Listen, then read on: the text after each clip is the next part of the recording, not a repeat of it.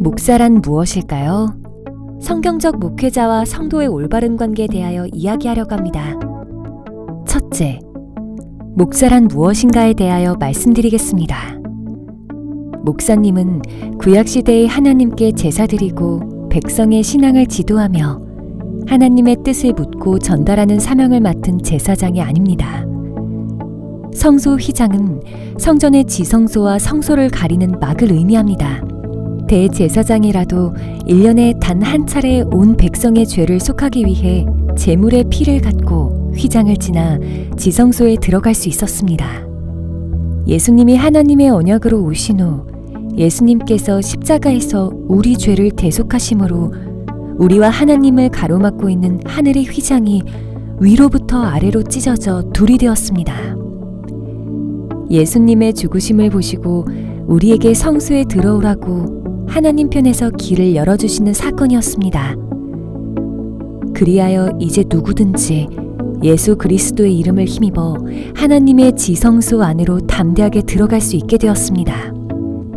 베드로는 예수 그리스도의 구원 은총을 힘입어 하나님 앞에 직접 나아가 예배드리는 모든 성도를 왕같은 제사장이라고 했습니다.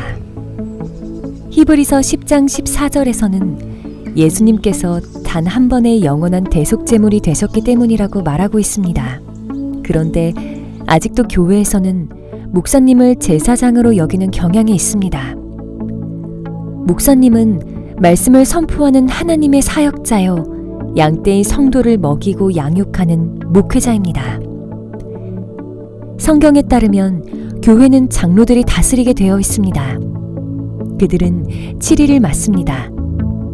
치리를 맡은 장로 중에 치리와 말씀 선포를 함께하는 장로를 목사라고 하는 것입니다. 장로교 헌법 24조에 목사의 의의가 나옵니다. 1. 목사는 예수 그리스도의 양인 교인을 양육하는 목자이며 2. 목사는 그리스도의 말씀으로 교인들을 깨우치는 교사이며 3.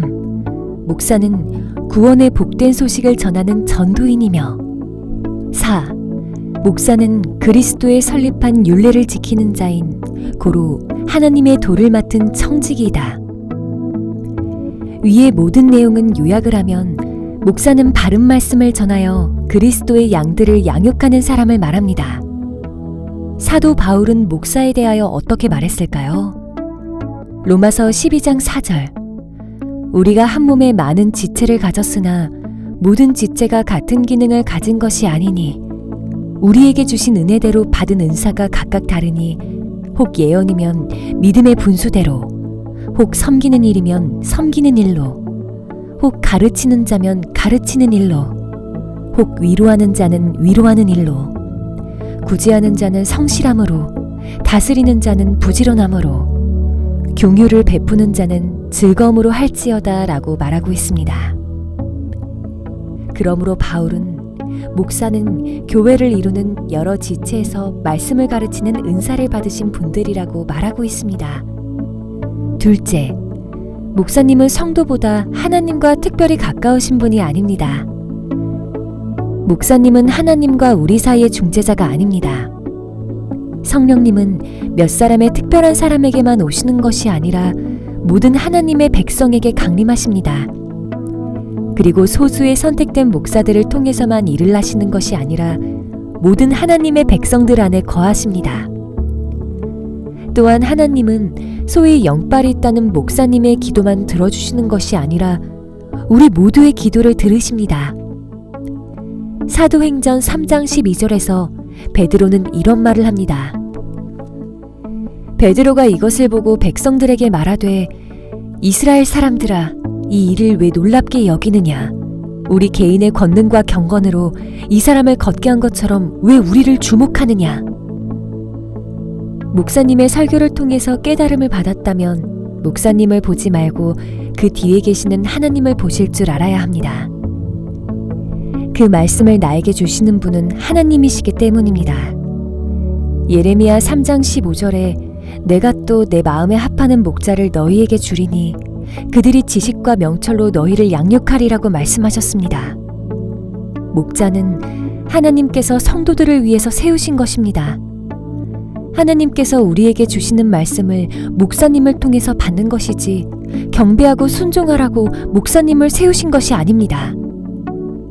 주의 종인 목사의 말을 어기면 성령을 거스리는 벌을 받는 것이 아닙니다. 목사님에게 순종을 하지 말라는 이야기가 아니고 목사님의 말이라면 절대적으로 하나님의 말씀처럼 순종해야 한다는 것이 아니고 목사님도 잘못 판단하고 실수할 수 있는 분이라는 것입니다.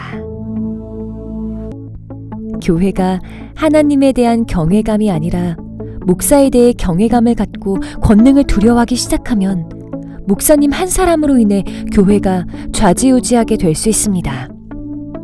교회는 목사님이 평생을 다해 키우셨다고 해서 목사님의 교회가 아니라 하나님의 교회입니다. 셋째, 목사님을 대하는 성도들의 자세는 어떠해야 할까요? 목사란, 사역자란, 말씀으로 교인들을 깨우치는 교사, 양인 교인을 양육하는 목자, 구원의 복된 소식을 전하는 전도인, 하나님의 도를 맡은 청지기의 중요한 사명을 받으신 분들입니다. 목사님을 보고 신앙생활을 하고 목사님 때문에 시험에 걸리시면 안 됩니다. 목사님은 특별히 신성하신 분도 아니고 성도와 똑같은 인성과 마음을 가진 우리와 똑같은 사람입니다. 목사님은 하나님의 말씀을 전하시는 분이시지 그분들의 삶이 완전하게 모범적이 아닙니다. 목사님을 보고 그 삶의 실망을 느껴 교회를 떠나시는 분들이 계셔서는 안 될 것입니다. 그러므로 신령한 것을 요구해서도 안 되며 더불어 경배해서도 안 됩니다. 현재 일부 대형교회 목사님들은 가히 황제 대접을 받습니다. 비서가 있는 것은 물론이요, 고급 승용차에 기사까지 딸려 있고 고급 사택을 사용하고 있고 많은 부를 소유하고 있습니다. 이런 목사님들 때문에 믿음으로 사역을 하시는 목사님들도 함께 욕을 먹고 있는 게 현실입니다. 교회는 목사라는 직분에 대하여 그 인식을 재정립하는 것이 필요하다는 생각이 듭니다.